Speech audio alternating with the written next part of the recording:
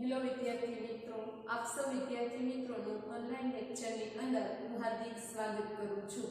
વિદ્યાર્થી મિત્રો, સેમ 2 ની અંદર ગુજરાતીમાં આજે આપણે આપણો પાઠ નંબર જે 15 છે, આવ ભાણા આવ, આજે એમના વિશે આજે આપણે અભ્યાસ કરીશું.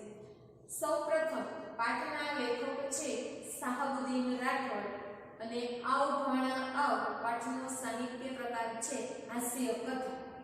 તો સૌપ્રથમ પાઠનું નામ જ એવું છે, આવ ભાણા આવ. ભાણા કોને કહેવાય? તો કે છે એમના જે મામા થતા હોય એ પોતાના બેના જે દીકરા કે દીકરી હોય એને ભાણા તરીકે બોલાવતા. એટલે કે છે કે આ પાઠની અંદર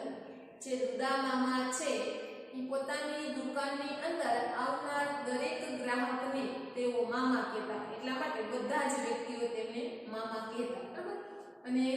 આ પાઠની અંદર એક હાસ્ય કથા આપણી સમક્ષ રજૂ કરેલી છે કે જે આપણને લેખક જે બૂટ લેવા માટે જે મથામણ કરે છે, જે પ્રયત્ન કરે છે, અવિરત ધક્કાના અંતે જ્યારે તેઓને બૂટ મળે છે ત્યારે બૂટના આનંદની અંદર પોતાને આગળ જે બૂટ લેવા માટે જે તકલીફ પડેલી, જે દુઃખ વેઠેલા, જે વસ્તુઓ સહન કરવી પડે એ બધી જ બાબતોને ભૂલી જાય છે. શું કામે? તો તેને બૂટ મળ્યા એટલા માટે થઈ. ને સરસ મજાનો હાસ્ય પાઠ આજે આપણે જોઈએ. શાહબુદ્દીન રાઠોડ સુરેન્દ્રનગર જિલ્લાના થાનગઢના વતની છે. એ કહે છે કે જે પાઠના લેખક શાહબુદ્દીન રાઠોડ છે તેઓ સુરેન્દ્રનગર જિલ્લાની અંદર જે થાનગઢ નામે જે ગામ આવેલું છે એ ગામના વતની છે, મતલબ કે ત્યાં તેઓનો જન્મ થયેલો હતો. તેઓ હાઈસ્કૂલના આચાર્ય પદેથી નિવૃત્ત થયા છે. ત્યાં માત્ર જન્મ આપેલો છે, મૃત્યુ આપેલું નથી. એટલે કે છે કે તેઓ હાઈસ્કૂલ મતલબ કે ધોરણ 8 પછી 8 થી 12 સુધી જે તમે અભ્યાસ કરો છો, જેને હાઈસ્કૂલ અથવા તો ખુલ્લા વર્ગની અંદર ઉચ્ચતર માધ્યમિક શાળા જે આપણે કહીએ છીએ તે, એની અંદર આચાર્ય મતલબ કે પ્રિન્સિપાલના પદ ઉપર હતા અથવા તો પ્રિન્સિપાલ તરીકે પોતાની જવાબદારીઓ નિભાવતા હતા. અને અમુક સમય બાદ એ વસ્તુઓમાંથી તેઓ નિવૃત્ત થાય છે, મતલબ કે એની વયમર્યાદા પૂર્ણ થતા પોતે નિવૃત્ત થઈ. પોતાની આગવી કથન શૈલી અને માર્મિક વાણી સાથે લોક સમૂહને સ્વસ્થ મનોરંજન પૂરું પાડે છે. જો લેખકને આ બે શબ્દોની અંદર ઘણું બધું કહી જાય છે. એમ કે છે પોતાની આગવી એટલે આગળ પડતી, કથન શૈલી, કથન એટલે બોલવું, શૈલી એટલે ભાષા. એ કે છે આગળ પડતી એની બોલવાની ભાષાને કારણે અને માર્મિક વાણી મતલબ કે લોકોના હૃદય સુધી એ જે વાણી અથવા જે શબ્દો પહોંચાડવા માંગે છે એ શબ્દો ન્યા સુધી પહોંચી જાય છે. એટલા માટે થઈ લોક સમૂહ મતલબ કે લોકોનો જે સમુદાય છે એ લોકોના સમુદાયને સ્વસ્થ મનોરંજન મતલબ કે એક પોતાના સ્વાસ્થ્ય માટે પણ સારું રહે છે અને સારું એવું મનોરંજન, આનંદ મળે એવી બાબતો તેમણે પોતાના સાહિત્યની અંદર આપેલી છે. સજ્જન મિત્રના સંગાથે અને શો મસ્ટ ગો ઓન એમના પુસ્તકો છે. એમણે ઘણા બધા પુસ્તકો લખેલા હોય પણ એ બધા જ પુસ્તકોનો ઉલ્લેખ અહીં ન થઈ શકે. એટલા માટે જે સૌથી વધારે શ્રેષ્ઠ અથવા તો સૌથી વધારે જે સારું સાહિત્ય છે એક સજ્જન મિત્રના સંગાથે, જેની અંદર આમાં આપણને આપેલું છે તે, અને શો મસ્ટ ગો ઓન એમના ખૂબ જ પ્રખ્યાત થયેલા પુસ્તકો છે. આવ ભાણા આવ માં લેખકે સામાન્ય વિષયને રમૂજભરી શૈલી વડે સાવ નવું જ રૂપ આપ્યું છે. જો એમ કે છે આવ ભાણા આવમાં લેખકે સામાન્ય વિષય કયો હતો? તો કે લેખકને બૂટ ખરીદવા છે. બૂટ ખરીદવાનો વિષય કેવો છે? તો કે સામાન્ય છે. એવા સામાન્ય વિષયમાંથી રમૂજભરી એટલે કે જેની અંદરથી લોકોને હાસ્ય ઉત્પન્ન થઈ શકે, શૈલી એટલે ભાષા, તેવી ભાષા વડે એક સાવ બૂટ મેળવવાની જે ઝંખના છે, જે ઈચ્છા છે, એને સાવ નવું જ રૂપ આ પાઠની અંદર આપી અને સરસ મજાનો હાસ્ય રસ આ પાઠમાંથી ઉત્પન્ન કરેલો છે. વિસરાતી જતી સમાજ વ્યવસ્થા અને માનવીય સંબંધોનું અહીં સ્વચ્છ મધુર આલેખન થયું છે. જો એમ કે છે વિસરાતી જતી એટલે ભૂલાતી જતી સમાજ વ્યવસ્થા એટલે કે સમાજની અંદર જે આખી વ્યવસ્થા બનાવવામાં આવી છે આપણે પેલા એવું જાણેલું અથવા જોયેલું હોય સાંભળેલું હોય કે ભાઈ મોચીનો દીકરો હોય મોટો થઈને શું બને તો કે મોચી બને દરજીનો દીકરો મોટો થઈને શું બને તો કે દરજી બને એ જ રીતના ડોક્ટરનો દીકરો શું બને તો કે ડોક્ટર બને આ પેલાની સમાજ વ્યવસ્થા હતી પંડિત હોય ભણે કોણ તો કે પંડિત અને બધી ક્રિયાઓ કોણ કરાવે તો કે પંડિત જ કરાવે બીજા કોઈ વ્યક્તિ કરી શકે નહીં આ પેલાની સમાજ વ્યવસ્થા હતી કે ભાઈ ખેડૂતનો દીકરો ખેતી જ કરે અને એને ખેડૂત જ થવાનું બીજો કોઈ રક નહોતો આ સમાજ વ્યવસ્થા હતી અત્યારે શું કહે છે તો કે આ બધી સમાજ વ્યવસ્થા ધીમે ધીમે શું થતી જાય છે તો કે ભૂલાતી જાય છે હવે એવું રહ્યું નથી કે ભાઈ હવે ડોક્ટરનો દીકરો ડોક્ટર બને એવું જરૂરી નથી ખેડૂતનો દીકરો પણ ડોક્ટર બની શકે અને સામાન્ય માણસો જે કામ કરનારા છે એનો દીકરો પણ ડોક્ટર બની શકે છે એટલે આ વિસરાતી જતી જે સમાજ વ્યવસ્થા છે એની અંદર માનવીય સંબંધોનું મતલબ કે મનુષ્ય એકબીજા વ્યક્તિઓ સાથે જે લાગણી કે જે સંબંધથી જોડાય છે એનું સ્વચ્છ અને મધુર એટલે મીઠાશ ભરેલું આલેખન અને રજૂઆત કરેલી સરસ મજાની રજૂઆત આ પાઠની અંદર કરવાનો પ્રયત્ન કરેલો છે સંવાદોમાં આવતી બોલચાલની ભાષા પ્રત્યે ધ્યાન આપવા જેવું છે જો ખાસ એમ કહે છે સંવાદો એટલે કે તમે એક વ્યક્તિ બીજા વ્યક્તિ સાથે જે વાતચીતથી અથવા તો જે સંવાદથી અથવા તો જે શબ્દોથી જોડાવ છો ઈ તમે જે બોલચાલમાં જે ભાષાનો ઉપયોગ કરો છો ઈ ભાષા પ્રત્યે ખાસ તમારે ધ્યાન રાખવું જોઈએ ઘણા લોકો મનફાવે તેવા શબ્દોનું ઉચ્ચારણ કરતા હોય તો એ બાબતો તરફ આપણું ધ્યાન દોરે છે કે તમે જ્યારે કોઈ બીજા વ્યક્તિ સાથે વાતચીત કરો છો તો કઈ બાબતોનું ધ્યાન રાખી અને એની સાથે વાતચીત કરવી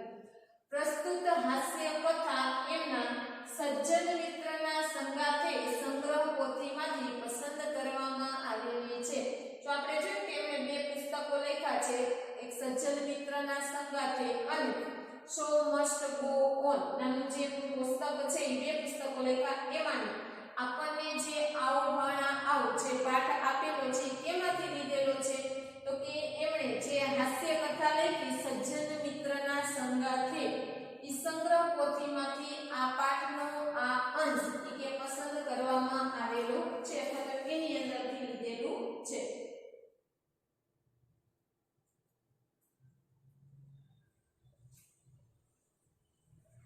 મારા નાના પુત્ર અફઝલે મને કહ્યું પપ્પા મારે બૂટ લેવા છે જો આ લેખક પોતાની વાત જણાવે છે અને કહે છે કે ભાઈ મારો જે સૌથી નાનો પુત્ર છે જેનું નામ છે અફઝલ અને અફઝલ મને આવીને કહે છે કે ભાઈ પપ્પા મારે બૂટ ખરીદવા છે મેં કહ્યું બૂટની કિંમત શી છે એટલે તરત જ લેખક છે એ પોતાના દીકરાને પૂછે છે કે ભાઈ તારે જે બૂટ ખરીદવા છે એ બૂટની કિંમત કેટલી છે અથવા તો એની પ્રાઇસ શું છે તું મને કે અફઝલ કહે 240 રૂપિયા અને 20 રૂપિયા મોજાના એટલે તરત જ લેખકનો પુત્ર લેખકને શું કહે છે તો કે બૂટની કિંમત શું છે તો કે 240 રૂપિયા અને બૂટની સાથે કે મારે મોજા ખરીદવા છે જેની કિંમત છે 20 રૂપિયા અને મતલબ કે આટલા પૈસાની મારે જરૂરિયાત છે મેં તેને 270 રૂપિયા આપ્યા અને કહ્યું લઈ લેજે બૂટ મોજા અને વધે તે રાખજે જો લેખક તરત શું કરે છે એક એને 240 ના બૂટ છે ને 20 નાખે એટલે 260 રૂપિયા થાય કુલ તો એમના પિતાજી જે લેખક છે એ શું કરે છે તો કે એ પોતાના પુત્રને 270 રૂપિયા આપે છે અને કહે છે કે ભાઈ તારે જે બૂટ લેવા હોય એ બૂટ અને જે મોજા લેવા હોય એ મોજા લઈ લેજે બૂટ અને મોજા ખરીદતા જે પૈસા વધે મતલબ જે 10 રૂપિયા વધે છે એ છે એ પૈસા તું તારી પાસે રાખજે 1 કલાકમાં એ બૂટ મોજા લઈ પાછો આવ્યો લેખક તરત જ કહે છે કે હજી તો ઈ મારી પાસેથી પૈસા લઈને ગયો અને 1 કલાક જેટલો સમય પસાર થયો એટલે તરત જ ઈ બૂટ મોજા ખરીદી અને ઈ કે પાછો આવ્યો એના ચહેરા પર આનંદ હતો અને આંખમાં ઉલ્લાસ જો જ્યારે આપણને કોઈ નવી વસ્તુ મળે એટલે આપણી આંખોની અંદર શું હોય ખૂબ આનંદ હોય નવી વસ્તુ મળવાને કારણે, અને કહે છે કે ભાઈ એના ચહેરા ઉપર આનંદ દેખાતો હતો અને આંખોની અંદર ઉત્સાહ, ખૂબ ઉત્સાહિત થયો હતો. શું કામે? તો કે આજે એને નવા બૂટ મળ્યા, નવા મોજા મળ્યા, કે બધી વસ્તુઓ પહેરીને સ્કૂલે જવા માટે નીકળે છે. તરત બૂટ મોજા પહેરીને એ સ્કૂલે જવા રવાનો થયો. જો જેવી નવી વસ્તુ મળે કે આપણે શું કરીએ તો કે તરત પહેરી લે અને પહેરીને સીધા જે જગ્યાએ જવાનું હોય નીકળી જાય, જેથી કરી આપણે આપણા મિત્રને અથવા તો બીજા કોઈ વ્યક્તિને બતાવીએ કે ભાઈ આજે જો મેં આ વસ્તુઓની ખરીદી કરી. એટલે એ પણ તરત બૂટ મોજા લઈ અને પોતાની સ્કૂલે જાય છે. એ સ્કૂલે ગયો અને હું મારા શૈશવના સ્મરણોમાં સરી પડ્યો. જો લેખક એમ કહે છે કે મારો દીકરો સ્કૂલે જવા માટે નીકળ્યો અને તરત મેં શું કર્યું તો કે હું મારા શૈશવ એટલે બાળપણનો, સ્મરણ એટલે યાદ, એ કહે છે જેવો મારો પુત્ર એ બૂટ મોજા પહેરી સ્કૂલે જવા માટે રવાનો થયો એટલે મેં તરત શું કર્યું તો કે હું તરત જ જે મારી બાળપણની જે સ્મરણ છે અથવા તો બાળપણની જે યાદો છે એ યાદોની અંદર સરી પડવું એટલે કે હું યાદોમાં ખોવાઈ ગયો. અફઝલ જેવડી મારી 12 વર્ષની ઉંમર, એ કહે છે જેમ અત્યારે અફઝલની ઉંમર જે 12 વર્ષની છે એ કે ત્યારે મારી પણ 12 વર્ષની ઉંમર હતી અને લેખક કેટલા યાદોની અંદર ખોવાય છે. તે સમયની અમારા ગામની એ નાનકડી મોચી બજાર, એ કહે છે જ્યારે હું 12 વર્ષનો હતો તે સમયે હું જે ગામની અંદર રહેતો એ ગામમાં નાનકડી એવી કે મોચી બજાર હતી. મોચી બજાર એટલે જે બૂટ કે ચપ્પલ જે સીવવાનું કામ કરતા હોય તે. 5-6 દુકાનો તેમાં કામ કરતા જેઠા મામા, દુદા મામા, ભગત મામા બધા મોચીને અમે મામા કહેતા. યાદ રાખજો બધા મોચીઓના નામ, બરાબર? કે છે નાનકડી મોચી બજાર હતી જ્યાં 5 કે 6 દુકાનો હતી અને એ બધા દુકાનદારને તેઓ શું કહેતા તો કે મામા કહીને બોલાવતા. પછી જેઠા મામા હોય, દુદા મામા હોય કે ભગત મામા હોય. એ બજારમાં મેં બૂટ માટે જે ધક્કા ખાધા છે, જીવનમાં જે યાદના સહી છે, જે દુઃખો વેઠ્યા છે તેના સ્મરણમાં સંભળાઈને પડેલા ચિત્રો એક પછી એક મારા માનસપટ પરથી પસાર થવા લાગ્યા. જો એ લેખક કહે છે કે અમારા ગામની જે નાનકડી એવી મોચી બજાર છે અને એ મોચી બજારની અંદર કે મેં મારા બૂટ લેવા માટે મેં જે ધક્કા ખાધા છે. જો ઘણા લોકો વાયદા આપે, મોચી છે, દરજી છે, બધાનું કામ એવું કે પેલા કહી દે તારીખ આપી દે કાલે આવીને લઈ જાજો, કાલે જવાનું કે લે થોડું બાકી છે. પછી 2 દિવસ પછી 3 દિવસ ધીમે ધીમે એ પોતાના દિવસો વધારતા છે અને આપણે વારંવાર એ સ્થળે ધક્કા ખાવા માટે જવું પડે. એટલે લેખક કહે છે બૂટ મેળવવા માટે મેં જે ધક્કા ખાધા છે, જીવનની અંદર યાતના એટલે દુઃખ, કે છે મેં મારા જીવનની અંદર જે દુઃખ સહન કર્યું છે અથવા તો જે દુઃખ વેઠ્યા છે, એટલે કે બૂટ મેળવવા માટે જે ઘરના લોકોને મનાવવા, ઘરના લોકો માને તો દુદા મામા પાસે વારંવાર જે મેં ધક્કા ખાધા છે એના કારણે મને જે દુઃખ પડ્યું, એ જે મેં દુઃખ વેઠ્યું છે તેના સ્મૃતિમાં એટલે કે તેની યાદોની અંદર સંભળાઈને એટલે સાચવીને પડેલા જે ચિત્રો હતા એ બધા જ ચિત્રો એક પછી એક મારા માનસ પર, માનસ એટલે મગજ, કે છે એક પછી એક મારા મગજમાંથી બધા જ ચિત્રો છે કે પસાર થવા લાગ્યા. મને યાદ આવવા લાગ્યું કે બાળપણમાં બૂટ મેળવવા માટે મેં શું કર્યું, ઘરના લોકોને કઈ રીતે મનાવ્યા, એના માન્યા પછી દુદા મામા પાસે બૂટ લેવા ગઈ, એ લોકોએ મને જે ધક્કા ખવડાવ્યા, આ બધી જ વસ્તુઓ ધીમે ધીમે લેખકના મગજ ઉપર આવવા લાગી. સૌપ્રથમ તો બૂટ માટે મારે વડીલો પાસે વિધિસર માંગણી કરવી પડતી. જો પહેલાના લોકોની પરિસ્થિતિ એટલી સારી નહોતી કે કોઈ વસ્તુ જોતી હોય તરત મળી જાય. અત્યારે શું છે, તમે કોઈ વસ્તુઓ માટે જીદ કરો છો તો એ સાંજ ન થાય પેલા એ વસ્તુ તમને મળી જાય છે, જેથી કરીને તમને એ વસ્તુઓની કોઈ કદર હોતી નથી. આથી ઘણા બધા વર્ષો પહેલાની વાત કરીએ તો કોઈ એક વસ્તુ જોતી હોય તો કેટલા દિવસ અગાઉ એની વાત કરવામાં આવે, ઘણા બધા દિવસો પછી વસ્તુ મળતી. એટલે લેખક એમ કહે છે કે સૌપ્રથમ જો મારે નવા બૂટ જોઈતા હોય તો એ નવા બૂટ મેળવવા માટે શું કરવું પડે તો કે ઘરના જે વડીલો મતલબ કે લેખક કરતા જેટલા વ્યક્તિ ઘરમાં મોટા હોય બધા વ્યક્તિઓ પાસે વિધિસર અને નિયમ પ્રમાણે કે ભાઈ પેલા એનાથી મોટા જે બેન કે ભાઈ હોય એને મળવાનું, પછી એના મમ્મીને, પછી પપ્પાને, પછી એનાથી કોઈ મોટું હોય તો નિયમ પ્રમાણે બધા જ વ્યક્તિઓને એક પછી એક એને શું બૂટ ખરીદવા છે તો એ બૂટ ખરીદવા માટેની માંગણીઓ એની સામે મૂકવામાં આવતી. પ્રથમ ભાઈ છોટું ભાઈ કે સૌ પ્રથમ કોની આગળ કે હું બૂટની માંગણી મૂકતો તો કે મારાથી જે મોટો ભાઈ છે અને જેનું નામ છે છોટું ભાઈ કે સૌ પ્રથમ એની સમક્ષ, ત્યારબાદ પછી અમીના બહેન એના ભાઈ કરતા એની બહેન મોટા છે જેનું નામ છે અમીના કે પછી એની સામે રજૂઆત કરતો. પછી બા સમક્ષ એટલે કે એમના જે મમ્મી છે પેલા બે એના જે મોટા ભાઈ બેન છે એમની સાથે, પછી એમના જે મમ્મી છે એની સમક્ષ રજૂઆત કરતો. પછી બાપુજીને જણાવતો કે જ્યારે આ મારાથી મોટા તમામ વ્યક્તિઓ સાથે મેં વાતચીત કરી લીધી હોય ત્યારબાદ બાપુજી એટલે એના જે પપ્પા છે એમની સમક્ષ કે હું મારી રજૂઆત કરતો. પરિવાર સામે અસ્તિત્વ ટકાવી રાખવાના મહાન પડકાર સામે મારી સમસ્યા સૌને સાવ શુલ્લક લાગતી. શુલ્લક એટલે તુચ્છ અથવા તો નકામી. એમ કહે છે કે પરિવારનું અસ્તિત્વ મતલબ કે પરિવારના સભ્યોની જે જવાબદારી છે અથવા તો ઘરના તમામ વ્યક્તિઓને જે વસ્તુઓની જરૂરિયાત હોય આ બધી જ જરૂરિયાતની સામે એ કહે છે કે મારી જે સમસ્યા હતી કે જે બૂટ ખરીદવાની એ કહે છે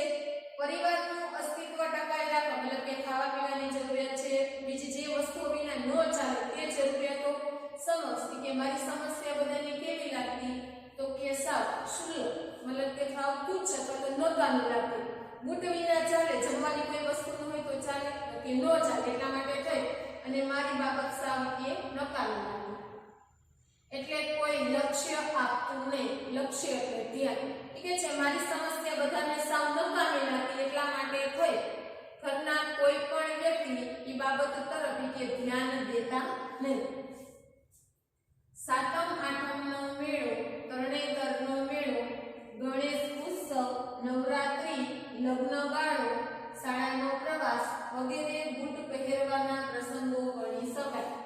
જો પહેલાના સમયની અંદર બધાની પરિસ્થિતિ સારી નહોતી એટલે જ્યારે આવા કંઈક તહેવારો આવે તો એ તહેવારમાં એ બૂટ પહેરતા, બાકી તો ચપ્પલ હોય તો ચાલે, ન હોય તો પણ ચાલે. એટલે કે છે કે ભાઈ મેળો આવે, ગણેશ ઉત્સવ આવે, નવરાત્રી આવે, શાળાનો પ્રવાસ થાય, લગ્નગાળો આવે, આ બધા પ્રસંગો એવા ગણે કે જેની અંદર આપણે બૂટ પહેરી અને જઈ શકીએ. દિવાળી, બેસતું વર્ષ વગેરે પર્વોમાં બૂટ પહેરીને મહાલવાની તીવ્ર ઈચ્છા થતી. જો લેખક શું કહે છે પછી દિવાળી આવે, બેસતું વર્ષ આવે વગેરે પર્વો એટલે તહેવારો કે છે વગેરે તહેવારની અંદર શું થતું તો કે બૂટ પહેરવાની, મહાલવાની એટલે ફરવાની, તીવ્ર એટલે ખૂબ જ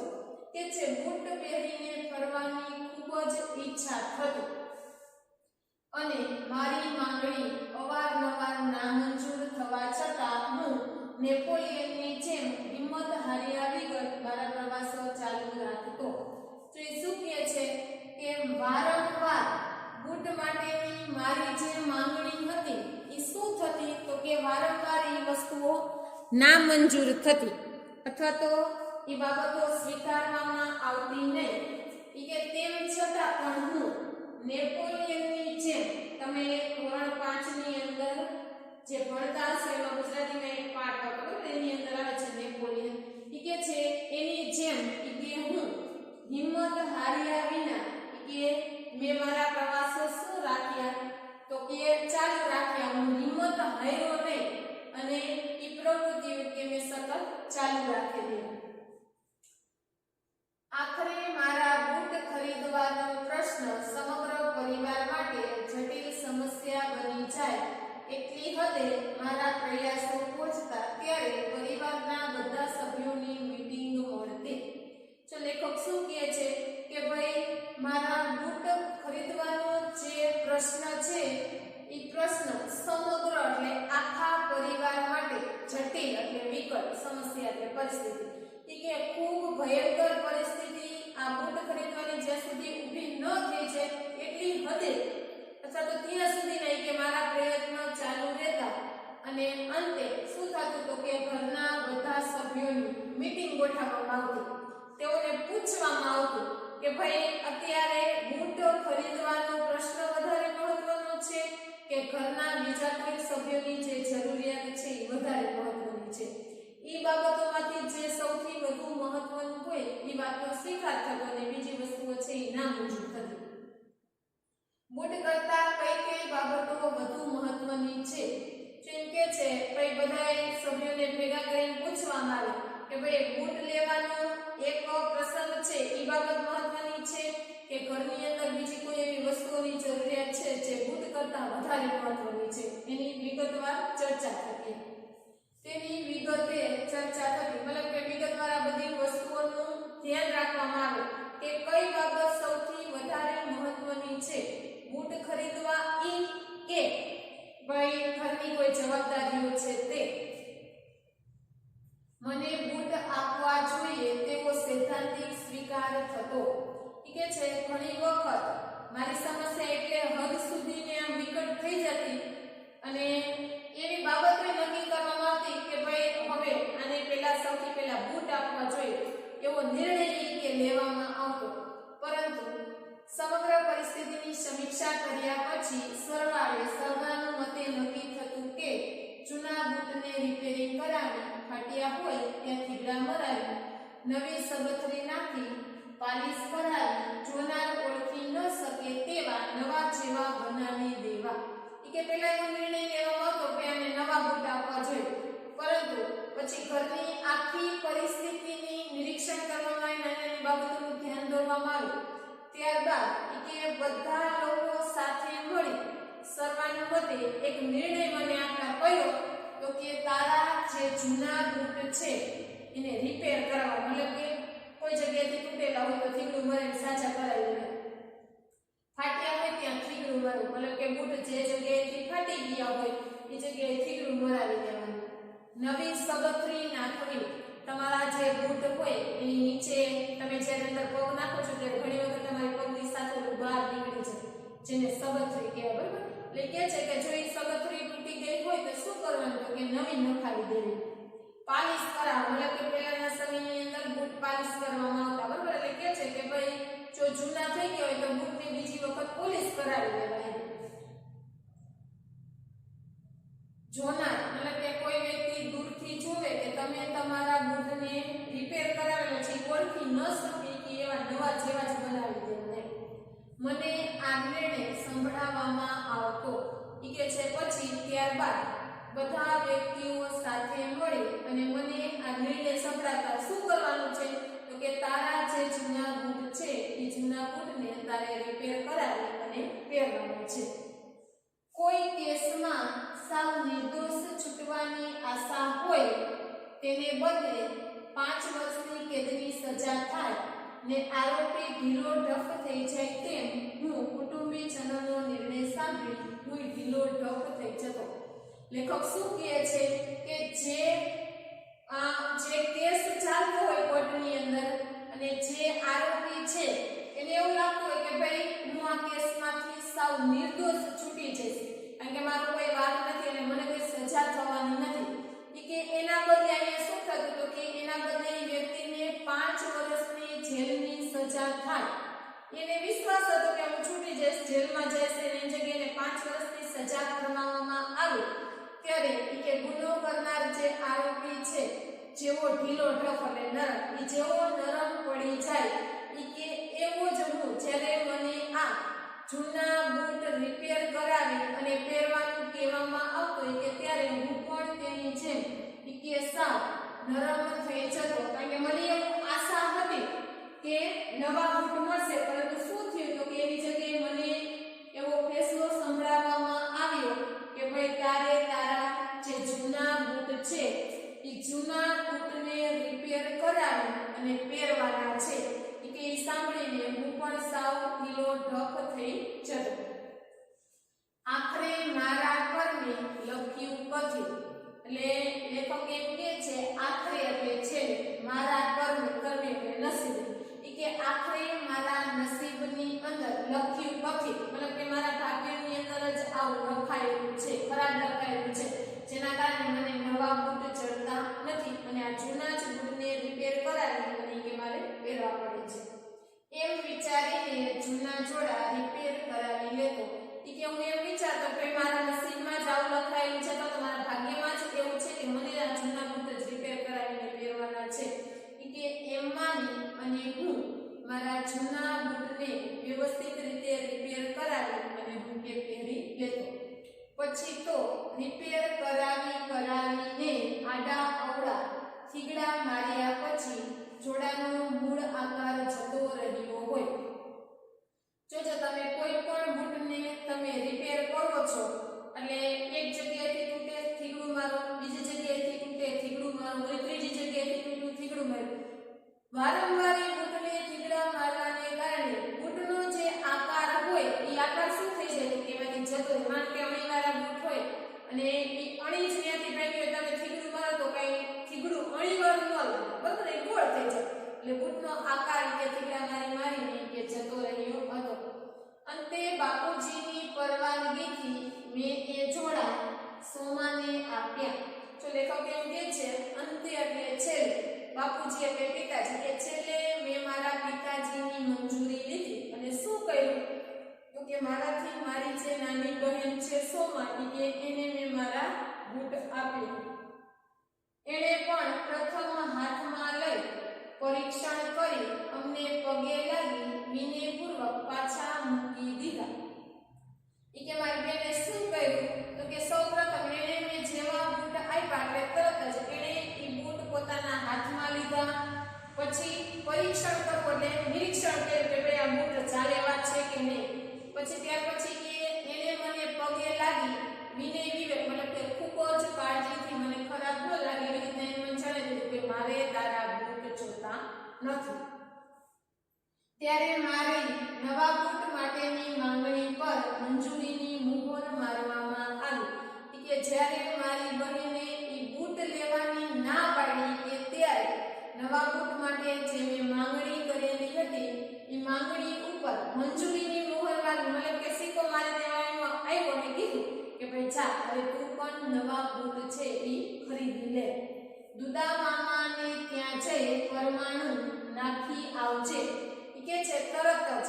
મને એવું કીધું કે ભાઈ તું નવા બૂટ ખરીદી લે તારે ક્યાંથી લેવાના છે તો કે આપણા ગામની અંદર જે મોચી બજાર છે જેમાં દુદા મામાની દુકાન છે ત્યાં જઈને પરમાણુ એટલે પગનું માપ નાખી આવજે મતલબ કે દઈ આવજે ત્યાં દુદા મામાની દુકાને જઈ અને તું તારા પગનું માપ કે દઈ આવજે એવો હુકમ કરવામાં આવ્યો અને મારી ખુશીનો પાર ન રહ્યો કે જેવો હુકમ એટલે આજ્ઞા જેવી આ આજ્ઞા કરવામાં આવી કે ભાઈ તું તારા પગનું માપ દુદા મામાની દુકાને જઈને દઈ આવજે એટલે કે તરત જ મારી ખુશીનો કોઈ પાર રહેતો નથી કે હું ખૂબ ખુશ થયો કે હા હવે મને નવા બૂટ છે એ પહેરવા માટે મળશે